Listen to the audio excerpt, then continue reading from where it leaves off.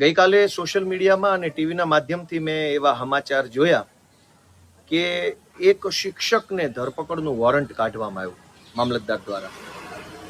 અને ધરપકડનું વોરંટ એટલે કાઢવામાં આવ્યું કે હમણાં ગુજરાતમાં SIR એટલે કે ખાસ સઘન સુધારણા, મતદાર યાદીની સુધારણાનો પ્રોગ્રામ લોન્ચ થયો છે.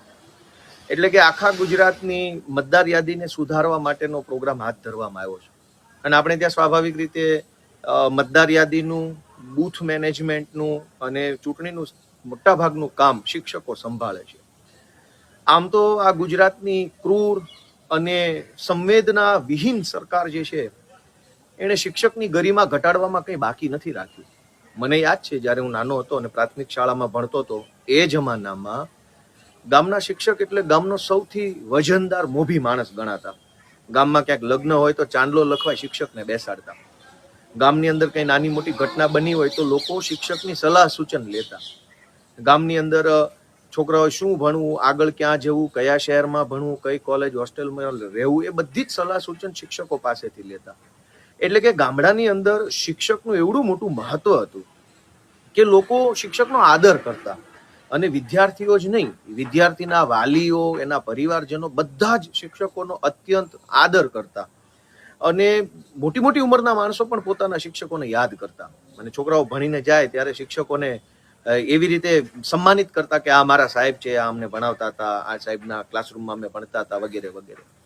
પણ ગુજરાતની ભ્રષ્ટ, દુષ્ટ અને હલકી માનસિકતા ધરાવતી ભાજપની સરકારે ખાલી શિક્ષણનું જ નહીં, શિક્ષકોનું પણ નખોદ કાઢી નાખવામાં કંઈ બાકી નથી રાખ્યું. અને શિક્ષકની ગરિમા સમાજમાં ઘટાડવાની કોઈ કસર નથી છોડી. શિક્ષકો પાસે બધા જ કામ, શૌચાલય કેટલા છે ગામમાં, ખુલ્લામાં શૌચાલય કોણ જાય છે, ખેતરોમાં તીડડા આવ્યા છે તો તીડ ભગાડવાના છે, ન જાણે કેવા કેવા કામ શિક્ષક પાસે કરવામાં છે. શિક્ષક એક સન્માનિત વ્યક્તિ હતા સમાજમાં, આજે રહેવા નથી દીધા. એ આપણા બધાનું દુર્ભાગ્ય છે. કેમ કે શિક્ષક તો માણસ ઘડતરનું કામ કરે છે. પણ મારે વાત કરવી છે જે પેલા શિક્ષક ઉપર વોરંટ કાઢ્યો એની. એક શિક્ષક મતદાર યાદી સુધારણાની SIRની મીટિંગમાં હાજર ન હતા એટલે એને ધરપકડનું વોરંટ કાઢવામાં આવ્યું, કેમ કે એની BLO તરીકેની ડ્યુટી હતી. પણ એ BLO શા માટે ગેરહાજર છે એવું જાણવા માટે ભાજપની સરકાર પાસે 100 રસ્તાઓ હતા. કેમ કે સરકારને ખબર છે કે શિક્ષકનું વતન કયું, એનો પરિવાર ક્યાં રહે છે, એનું ઘર ક્યાં છે, કયો તાલુકો, કયો જિલ્લો, કયો ગામ, કયો ફ્લેટ, કઈ સોસાયટી.